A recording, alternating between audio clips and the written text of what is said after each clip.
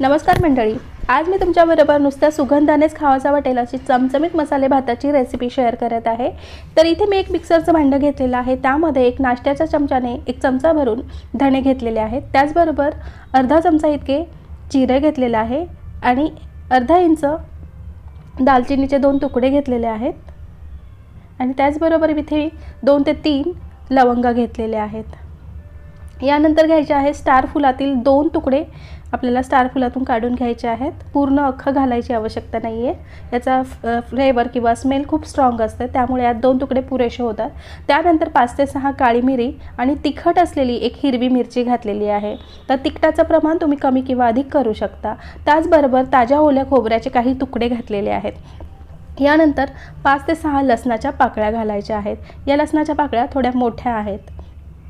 त्यानंतर 1 इंच आल्याचे तुकडे असे बारीक करून घेतलेले आहेत आणि यानंतर अशी एकदम ताजी हिरवी फ्रेश कोथिंबीर आपल्याला घालायची आहे आणि पाणी न घालता आपल्याला याला दरदरीत वाटून घ्यायचं आहे। अगदीच याची पेस्ट करायची आपल्याला आवश्यकता नाही आहे। इथे पाहू शकता मस्त असं दरदरीत मी याला वाटून घेतलेला आहे। आता हा ताजा मसाला आपला तयार झालेला आहे।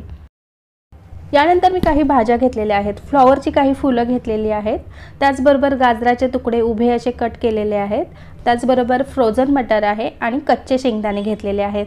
तर भाज्या तुम्ही तुमच्या आवडीनुसार सिलेक्ट करू शकता किंवा यापेक्षा अधिकही भाज्या तुम्ही यामध्ये घालू शकता, जसं की बटाटा, पनीर किंवा आणखीन एखादा पदार्थ तुम्ही ॲड करू शकता। त्याचबरोबर रोजच्या वापरात जो रोजचा भात खाता तो तांदूळ आपल्याला इथे घ्यायचा आहे। तर मी इथे बासमती मिनी मोगरा घेतलेला आहे। हा तुकड्यांमध्ये असतो, तर याचा भात मस्त लागतो, याचा सुगंध छान येतो। त्यामुळे तर तुम्ही रोजच्या वापरातला कुठलाही तांदूळ इथे घेऊ शकता। तर 1.5 वाटी बासमती मिनी मोगरा हा तांदूळ मी इथे घेतलेला आहे। 2 ते 3 पाण्याने याला स्वच्छ धुवून घेणार आहे आणि यामध्ये मी थोडंसं पाणी ठेवणार आहे। आपल्याला हा तांदूळ जास्त वेळ भिजवायची आवश्यकता नाही आहे। आपण जोपर्यंत फोडणी करत आहोत तोपर्यंतच हा तांदूळ पाण्यामध्ये राहणार आहे। तर आपण इथे याला पाण्यामध्ये ठेवून बाजूला ठेवून देऊया आणि गॅसवर एक ठेवूया कुकर। तर हा भात तुम्ही कढईमध्ये सुद्धा करू शकता, पण कुकरमध्ये फक्त 2 शिट्ट्यांमध्ये आपला भात रेडी होतो। तर मी कुकरमध्ये साधारण 2 पळ्या इतकं तेल घातलेलं आहे आणि पुन्हा एकदा दालचिनीचा एक अर्धा इंच तुकडा घातलेला आहे। त्याचबरोबर अर्धा चमचा शाही जिरं घातलेला आहे। यानंतर घालूया 2 तेजपत्त्याची पानं आणि ही फोडी छान हलवून घेऊया। आता यानंतर घालायचा एक मोठ्या आकाराचा उभा चिरून घेतलेला कांदा। तर थोडा पातळच कापून घेतलेला आहे कांदा, पाहू शकता। आणि कांदा आपल्याला चांगला सोनेरी होईपर्यंत परतून घ्यायचा आहे। गॅसची फ्लेम इथे मध्यम आहे आणि मध्यम आचेवर आपल्याला हा कांदा परतून घ्यायचा आहे। कांदा चांगला सोनेरी झाला की मग यामध्ये आपल्याला घालायचे आहेत ताजा वाटून घेतलेला मसाला। जो आपण मसाला करून घेतला होता मिक्सरमध्ये तो मसाला घालायचा आहे। पुन्हा एकदा छान परतून घ्यायचा आहे। यातून ह्याचा मसाल्यातून एक छान फ्लेवर आणि सुगंध येईपर्यंत आपल्याला हा परतायचा आहे। हा मसाला चांगला परतून झाला की यामध्ये आपल्याला काही कोरडे मसाले घालायचे आहेत।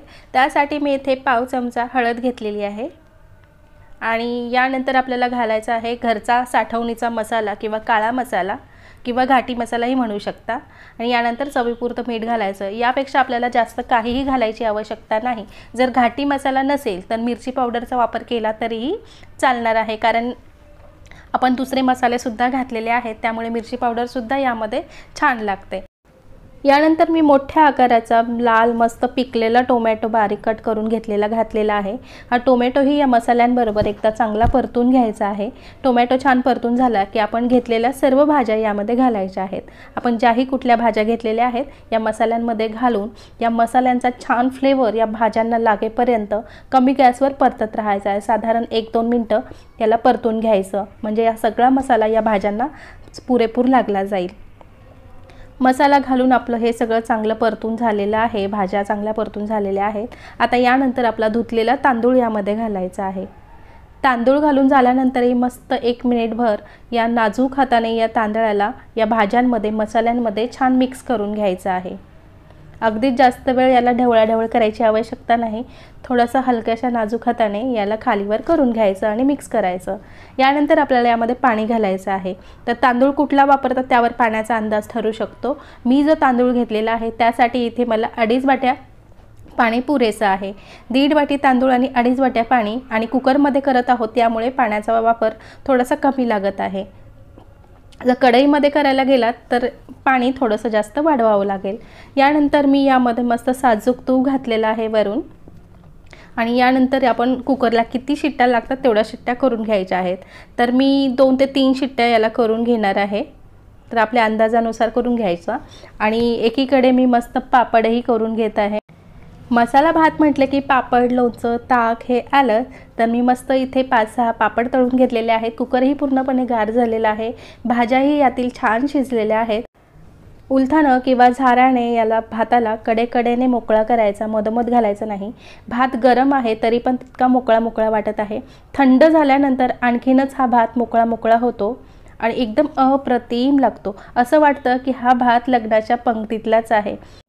पाहुण्यांसाठी हा भात बनवणार असाल तर भात वाढल्यानंतर यावरून मस्त ओल्या खोबऱ्याचा कीस टाकायचा, त्यानंतर कोथिंबीर टाकायची। दिसायलाही अप्रतिम दिसतो आणि खायला तितकाच अप्रतिम लागतो, अगदी लग्नाच्या पंक्तीत असतो तसाच। तर मंडळी, माझ्या पद्धतीने एकदाही मसाले भाताची रेसिपी नक्की ट्राय करून बघा। आवडली असेल तर मित्रपरिवाराबरोबर शेअर करा, आणि हो, लाईक, कमेंट आणि सबस्क्राईब करायला सुद्धा विसरू नका। भेटूया पुन्हा एका नवीन व्हिडिओमध्ये एका नवीन रेसिपीसोबत।